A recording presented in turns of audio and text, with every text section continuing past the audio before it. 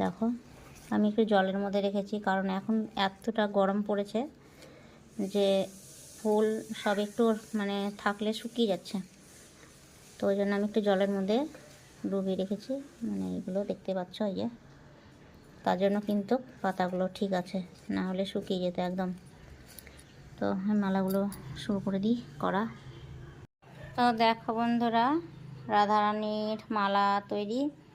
রাধারানীর যেহেতু বেলি ফুল কিন্তু খুব প্রিয়, পছন্দের, আর খুব সেন্ট ফুলটার। তো এটা আমি চলো এবার পরিয়ে দিই রাধারানীকে।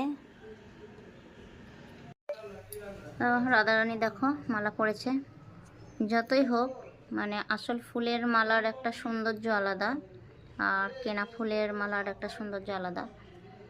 তো যেহেতু এখন কিন্তু খুব গরম, তো ওই মালা কিন্তু গলাতে শুকিয়ে যায়, বেশিক্ষণ থাকে না, হয়তো একবেলা খুব জোর থাকে, তো ওই ফুল শুকিয়ে যাবে, তো খুলে ফেলে দেব। তো যেহেতু গাছের ফুল একটু দিলাম মালা করে। তো দেখো আমার রাধারানীটাকে কেমন লাগছে। রাধে রাধে বন্ধুরা।